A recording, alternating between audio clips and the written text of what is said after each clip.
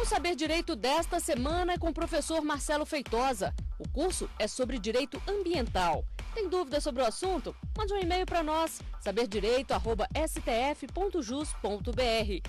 Você também pode estudar pela internet, acessando www.tvjustiça.jus.br. Olá, meu nome é Marcelo Feitosa, eu sou professor da Escola Superior de Advocacia do Estado de Goiás e sou especialista em Direito Ambiental e Desenvolvimento Sustentável pela Universidade de Brasília. Neste curso, nós falaremos sobre o novo Código Florestal Brasileiro. Para isso, nós dividimos, didaticamente, em 5 aulas diferentes, que vão tratar, de início, sobre a história de toda a legislação florestal brasileira e como culminaram as normas que chegaram com a edição do novo Código Florestal Brasileiro. Mais à frente, nós vamos tratar dos principais institutos do novo Código Florestal Brasileiro, como eles se estruturam em nosso ordenamento jurídico e como também eles se operacionalizam diante da estrutura posta. Depois, nós vamos falar sobre a principiologia, sobre os princípios que trazem no novo Código Florestal Brasileiro e como eles são importantes para a sua interpretação, aplicação e, sobretudo, efetividade. Falaremos em pontos específicos sobre o novo Cadastro Ambiental Rural. Este instituto, que é o coração do novo Código Florestal Brasileiro. Mais adiante, nós também vamos falar sobre o Programa de Regularização Ambiental, que é, na verdade, uma forma de incentivar um segmento que se encontrava em 90% da sua totalidade na ilegalidade, sob a égide da lei anterior, e agora tem uma oportunidade de chegar novamente a patamares legais, quando, na verdade, o Estado brasileiro incentivava que os produtores desmatassem em nome de uma suposta desenvolvimento do Brasil. Mais à frente, nós iremos tratar como forma didática de entendimento de todas as normas que vigoram em torno desse novo diploma florestal brasileiro, que é exatamente uma discussão acalorada que existe sobre o conceito e a aplicabilidade no ordenamento jurídico, que é muito recente e bastante nova, das áreas consolidadas. Portanto, falaremos como essas áreas consolidadas surgiram no direito brasileiro, qual seria a importância do surgimento dessas áreas consolidadas para a aplicação do novo Código Florestal Brasileiro, sobretudo tendo em vista a imensidão geográfica do país e também atendendo à realidade ambiental de todos os biomas brasileiros. Falaremos também sobre a discussão que vigorou em torno dessas áreas consolidadas e a interpretação que pode ter sido dada ou que será dada pelos tribunais brasileiros em torno desse assunto. É importante deixar destacado que o novo Código Florestal Brasileiro está sendo objeto de discussão no Supremo Tribunal Federal em 3 distintas ações diretas de inconstitucionalidade, que pedem a declaração de inconstitucionalidade de 22 dos seus dispositivos. Essa ação é fruto de um trabalho do Ministério Público Federal e hoje se encontra distribuída na lavra do ministro Luiz Fux. Pois bem, ao contrário do que muitos pensam, quando se fala do histórico de toda a legislação florestal brasileira, é preciso que a gente deixe claro que a lei florestal brasileira não tem nada de nova. Muito pelo contrário, a lei florestal brasileira é antiga. Todas as discussões que gravitaram em torno dessa nova legislação ambiental, elas começaram antes mesmo da descoberta do Brasil. Em 1350 a 1400, Portugal já tinha, à época, consolidado na Península Ibérica uma legislação que tratava da proteção de seus recursos naturais. Falava sobre essa proteção as ordenações manuelinas. Essas ordenações foram que, na época da descoberta do Brasil, em 1500, se tratavam, então, do primeiro diploma legal que surgiu no país para disciplinar a suposta proteção do meio ambiente. Não podemos deixar também de dizer que essas ordenações manuelinas tinham uma finalidade muito importante, que extrapolava em muito a essência apenas da proteção ambiental. Como se sabe, à época, só era respeitado perante a comunidade internacional países que tinham riquezas minerais, naturais e, sobretudo, de madeira. Essas ordenações tratavam basicamente da proteção ambiental dos recursos naturais sob o ponto de vista econômico para atender à realidade da coroa. Só se protegia as florestas, só se protegia a vegetação porque a coroa portuguesa necessitava dessa matéria-prima para produzir os seus navios, fazer as suas cercas e ter também as suas construções. Para isso, Portugal fez, pela primeira vez, essas ordenações manuelinas em nosso ordenamento jurídico.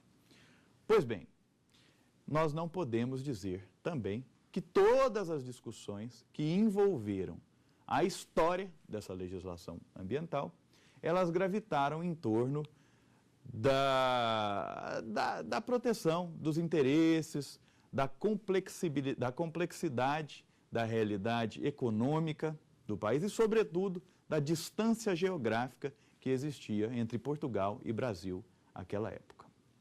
Em 1500, Portugal é invadido pela Espanha, pelo rei Filipe, e, então, há uma reforma substancial na legislação florestal e em toda a legislação portuguesa, quando do descobrimento do Brasil, que, na verdade, começou a vigorar aqui no país, já em 1500, as ordenações filipinas. Sucede, entretanto, que todas essas leis não foram produções internas do Brasil.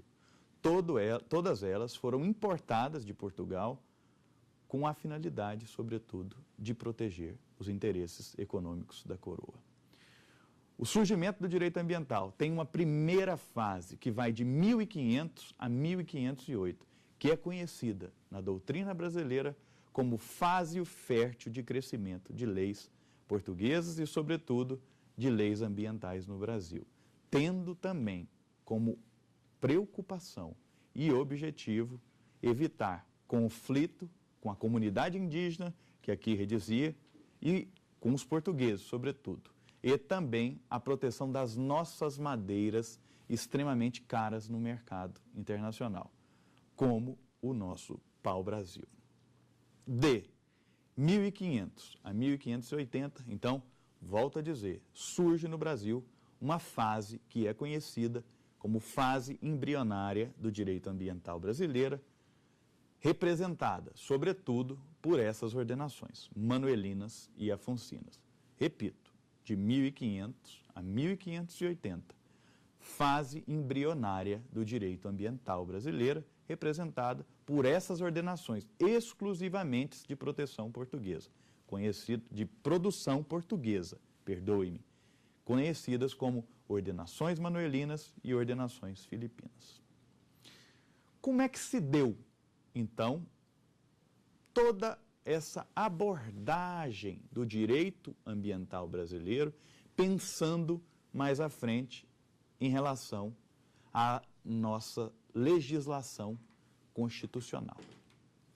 É importante dizer e deixar claro que as constituições brasileiras de 1824, 1891, 1934, 1937, 1946, 1967 e 1969 foram tímidas em relação ao tratamento da matéria ambiental no seu conteúdo. Algumas constituições, lamentavelmente, inclusive, silenciavam sobre o assunto. O primeiro Código Florestal, Decreto 23.793, editado então pelo presidente Getúlio Vargas. Repito, Decreto 23.793, editado pelo presidente Vargas, foi o primeiro Código Florestal brasileiro. O primeiro Código Florestal brasileiro data, então, de 1934. E, na verdade, o que dispunha esse primeiro Código Florestal em relação à proteção da nossa vegetação e em relação à proteção da nossa biodiversidade? Afinal, nós estamos falando de um país que possui o maior estoque de biodiversidade do planeta. Esse primeiro Código Florestal brasileiro, de 1934, tratava sobre algumas áreas que até hoje a lei alberga como proteção obrigatória. Em 1934, pela primeira vez no ordenamento jurídico brasileiro, surge algo que nós denominamos hoje de áreas de preservação permanente. E como efetivamente esse primeiro Código Florestal tratava sobre a proteção dessas áreas de preservação permanente. Em primeiro lugar, elas tinham outro nome, e essas áreas, obrigatoriamente, vejam bem, obrigatoriamente, tinham que ser indenizadas pelo governo federal aos proprietários. Cria-se, então, em 1934, pela primeira vez no Brasil, uma modalidade de florestas protetoras que hoje são conhecidas como áreas de preservação permanente, e cria-se também, pela primeira vez, uma modalidade de um instituto, que eu costumo dizer que é exclusivo do direito ambiental brasileiro. Não há que se falar nesse instituto em outros países, que é exatamente o instituto hoje conhecido da reserva legal.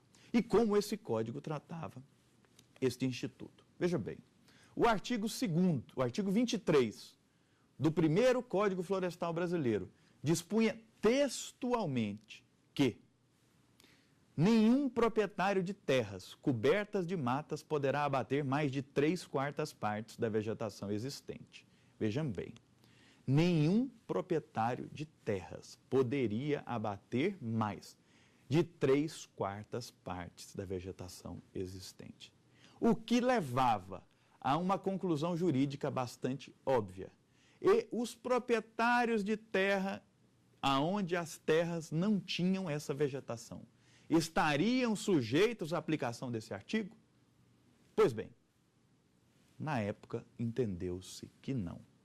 Só deveria ser aplicado o artigo 23, que trazia então uma espécie de conceituação de reserva legal, aonde as propriedades rurais imobiliárias traziam a existência de vegetação. Caso contrário, não haveria a obrigatoriedade da existência dessas, entre aspas, reserva legal no ordenamento jurídico brasileiro.